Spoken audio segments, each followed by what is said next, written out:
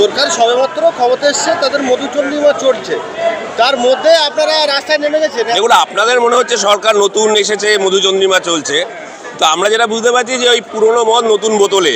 সুতরাং মানে গুণগতভাবে আগের সরকারের সঙ্গে এই সরকারের তো কোনো তফাৎ পাওয়া যাচ্ছে না, ওরই একটা এক্সটেন্ডেড ভার্সন। সুতরাং আপনারা এটা বলবেন না যে সরকার 3 মাস চলছে। আর সবচেয়ে বড় কথা, এই সরকারের যিনি প্রধান তিনি তো আগের সরকারেরও মানে দ্বিতীয় সেকেন্ড টু ছিলেন দীর্ঘদিন সময়। সুতরাং ওরই একটা এক্সটেন্ডেড ভার্সন হিসেবে আপনারা এটাকে ধরুন না। হ্যাঁ, আগে যা দুর্নীতি চলছে সেগুলোর কোনো মানে বিশ্বাসযোগ্য সমাধান তো আমরা কিছুই পাচ্ছি না। যেহেতু বিশ্বাসযোগ্য সমাধান পাচ্ছি না, আমরা মনে করছি যে কোনো আলাদা কিছু নেই। সুতরাং বলার সময় তো এখন আছেই, অসুবিধা কি, বলতে তো এখন হবেই। কারণ নতুন সরকার, নতুন চিন্তাভাবনা কোনো ক্ষেত্রে দেখা যাচ্ছে না। 2-1টা ক্ষেত্রে ওই ধরপাকড় ইত্যাদি ইত্যাদি, ব্যাস ওইটুকুনি।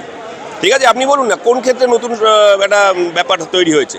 আগের সরকারও আমাদের বকেয়া ডিএটা দেয়নি, এই সরকারও টিচারদের বকেয়া ডিএর ব্যাপারে কোনো উচ্চবাচ্য করছে না। এমনকি স্পষ্টভাবে বলছেও না যে গ্র্যান্টিডেনরা বকেয়া ডিএ পাবে, স্পষ্টভাবেও বলছে না। তাহলে এত কিছুই যদি না বলতো আগের সরকারের সাথে তফাৎ কি? মমতা ব্যানার্জি 4% বলে কোনো ব্যবস্থা না করে চলে গেলেন, এনারা ডিএ দিচ্ছেন অক্টোবর মাস থেকে বলেছেন। মুখ্যমন্ত্রী ডিএ দিচ্ছে না বলে এত লাভালাভি করছেন, জিহাদিদের ঠান্ডা করে দিচ্ছে, যেটা আপনারা খুশি নন কি?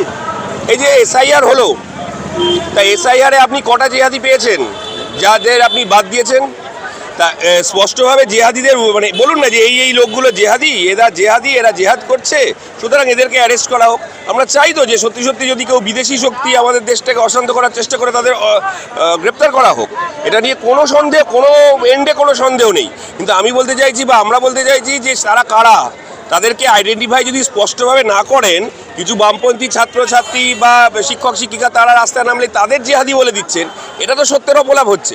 জিহাদিদের নির্দিষ্ট করুন, তাদের শাস্তির ব্যবস্থা করুন।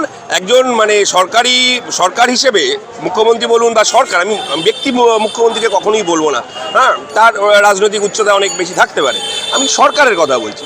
সরকার হিসেবে সেটা আমরা সরকারের কাছে আমরা চাই সেটা করুক। জিহাদিরা কই?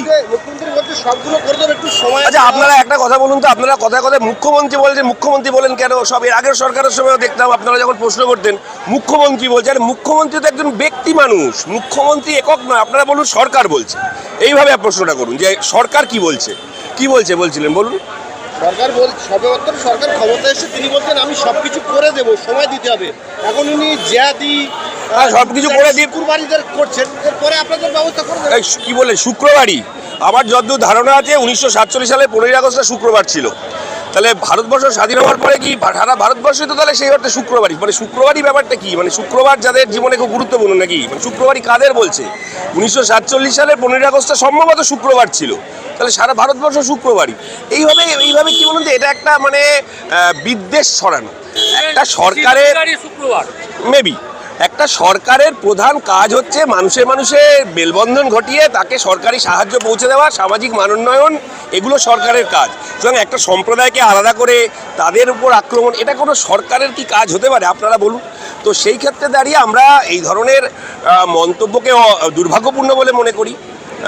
এই মন্তব্য আমরা অপ্রত্যাশিত বলে মনে করি। এই মন্তব্য আমরা প্রত্যাশা করি না একজন সংবেদনশীল সরকারের কাছ থেকে, বরঞ্চ আমরা প্রত্যাশা করি সরকার যারা ধরুন এই যে হকারদের কথা বলুন বা ইত্যাদি যারা আছেন তাদের পুনর্বাসনের কথা ভাবুন, তাদের যারা ধরুন আপনার অন্নপূর্ণা ভাণ্ডার থেকে বাদ পড়লো তাদের কি করে বেশি সংখ্যক মানুষকে সরকারি ওই পরিষেবার অন্তর্গত করা যায় তার কথা ভাবুন। আমরা একটু পজিটিভ কথা শুনতে চাই, হ্যাঁ, আমরা বিদ্বেষমূলক কথাটা শুনতে চাইছি না। তিরঙ্গা যাত্রা হলো বিজেপির শিয়ালদা থেকে ধর্মতলা পর্যন্ত, সেই জায়গায় দেখলাম যে অন্য রাজনৈতিক দল, বামপন্থী রাজনৈতিক দলের পতাকা ফেস্টুন পোড়ানো হচ্ছে, পায়ে দিয়ে মারানো হচ্ছে।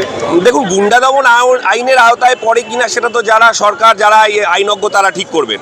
হ্যাঁ, আমি তো আইনজ্ঞ নই, কিন্তু আমি মনে করি অত্যন্ত অনৈতিক কাজ এবং এটার বিরুদ্ধেও এফআইআর হওয়া উচিত। যদি নিশ্চিতভাবে কোনো ধরুন প্রধানমন্ত্রী ও মুখ্যমন্ত্রী ও তাদের বিরুদ্ধে যদি খুব কুরুচিকর কিছু করার জন্য তার বিরুদ্ধে এফআইআর হতে পারে, তাহলে এই ধরনের সুকান্ত ভট্টাচার্যের ছবিতে মালা জুতো পরিয়ে পতাকায় উড়িয়ে দেওয়া বা একটা নির্দিষ্ট স্বীকৃত রাজনৈতিক দলের পতাকাকে পা দিয়ে পিষে দেওয়া, এর বিরুদ্ধে এফআইআর আইনের আওতায় আনা উচিত। আমি গুন্ডা দমন বা শিষ্ট দমন এরকম আলাদা করে কিছুই বলছি না, আমি বলছি এই সমস্ত বিষয়টাকেই আইনের আওতায় আনা উচিত।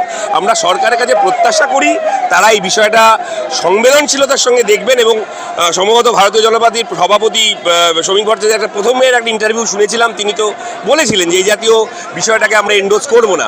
তো আমরা ওনার কাছে প্রত্যাশা করছি যে যারা যারা এই জাতীয় কাজ করেছে তাদের উনি সংযত করবেন এবং আইনের আওতায় আনবেন। উনি নন, সরকার। তিনি বলছে বাবরের সরকার চলছে না, এখন চলছে শ্যামাপ্রসাদের সরকার, কি বলবেন? তা বাবরের সরকার তো পশ্চিমবঙ্গে কখনো চলেনি। এই জন্য আপনার বয়সে জিজ্ঞেস করলাম। হ্যাঁ, বাবরের সরকারটা আমার বয়স যদি ধরুন 2000 বছর হলো, তাহলে হয়তো আমি মেবি 1526 সালে প্রথম পানিপথের যুদ্ধ, তারপর থেকে পশ্চিমবঙ্গে মানে ভারতবর্ষে মুঘল সাম্রাজ্য প্রতিষ্ঠা, তখন বাবর ছিল।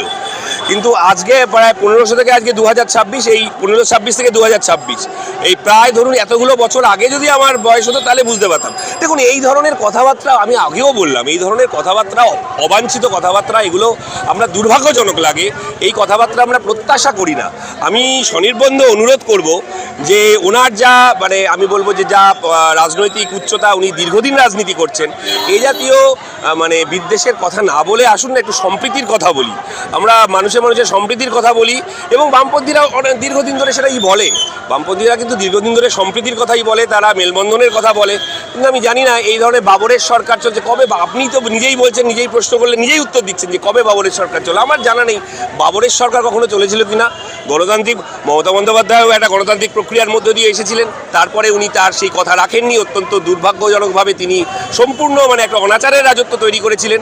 এই সরকারও একটা গণতান্ত্রিক প্রক্রিয়ার মধ্যে দিয়ে এসেছে, এমন নয় যে তারা একটা মানে এর মধ্যে দিয়ে মানে একনায়কতন্ত্র বা আপনি বলতে পারেন এটা অন্য কিছুভাবে এসেছে না, তারা গণতান্ত্রিক পদ্ধতিতে এসেছে।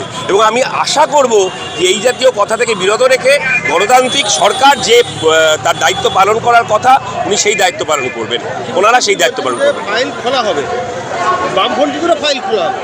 বামপন্থীদের ফাইল খোলা হবে, তৃণমূলের সমস্যা, বামপন্থীদেরও ফাইল খোলা হবে। ফাইলটা মানে দেখুন, ফাইল কি বন্ধ হয়েছিল? মানে আমি বলছি তৃণমূল একটা বামপন্থী বিরোধী দল ছিল, মানে বাম বিরোধী দল ছিল। যদি ফাইল খুলে কিছু পাওয়ারই থাকতো তাহলে তো তৃণমূলই পেত। তো আমাদের বক্তব্য, ফাইলটা খুলুন না। আমি তো একজন নাগরিক, আগে তো আমি একজন নাগরিক, তারপরে যে কোনো রাজনৈতিক দলের সদস্য হতে পারি বা না সদস্য হতে পারি। ব্যক্তিগতভাবে আমি কোনো রাজনৈতিক দলের সদস্য নই, কিন্তু আমি তো একজন নাগরিক সবার আগে। আমার কথা হচ্ছে ফাইলটা খুলুন না। আমরাও দেখি যে কারা কারা সেখানে দুর্নীতি করেছে। এই খোলা হবে বলে গত সরকার 15 বছর কাটিয়ে দিল। এই সরকারও 3 মাসে দেরি খোলা হবে শুরু করছে। এই খোলা হবে করতে গিয়ে আমরা যেটা দেখতে পাচ্ছি খবরের কাগজে বিভিন্ন জায়গাতে তারই দলের বিভিন্ন লোকেরা ইতিমধ্যে দুর্নীতির দায়ে ধরা পড়া শুরু হয়েছে, বিভিন্ন অন্যান্য অপরাধের দায়ে ধরা পড়া শুরু হয়েছে, নিজেদের মধ্যেই গণ্ডগোল তৈরি হচ্ছে। সুতরাং এই হবে না করে উনি করুন, এবং যদি না হয় তাহলেও পরিষ্কার বলুন না বামপন্থীদের ব্যাপারে কোনো ভূমিকা নেই, দুর্নীতির ব্যাপারে তারা শতহস্ত দূরে। এই কথাগুলো তারা বলুন। আমরাও চাই যে খোলা হোক, খুলুন না। উনি ওনাকে কে বারণ করেছে? প্রশ্নটা হচ্ছে যে মুখ্যমন্ত্রী সম্পর্কে কোনো কুরুচিকর বা কোনো মানে অবাঞ্ছিত মন্তব্য তো আমি করবো না। ওনার বাবা শিশির অধিকারী কবে জন্মেছিলেন সেটা নিয়ে আমি কি বলবো, উনি তো সবচেয়ে ভালো জানেন সেই ব্যাপারটা। তো আপনার যদি মনে হয় যে এটা শুক্রবারই বলতে উনি এক্স্যাক্টলি কাদের বুঝিয়েছেন সেটাও আমার কাছে পরিষ্কার নয়। আমি আবার বলছি, স্বাধীনতা থেকে যদি শুক্রবার হয়ে থাকে তাহলে সারা ভারতবর্ষেও তো শুক্রবারের একটা সম্পর্কে রয়েছে। তো সেটা আমি বলতে পারবো না, এই উত্তর ওনাকেই জিজ্ঞেস করুন, আমি বলতে পারবো না।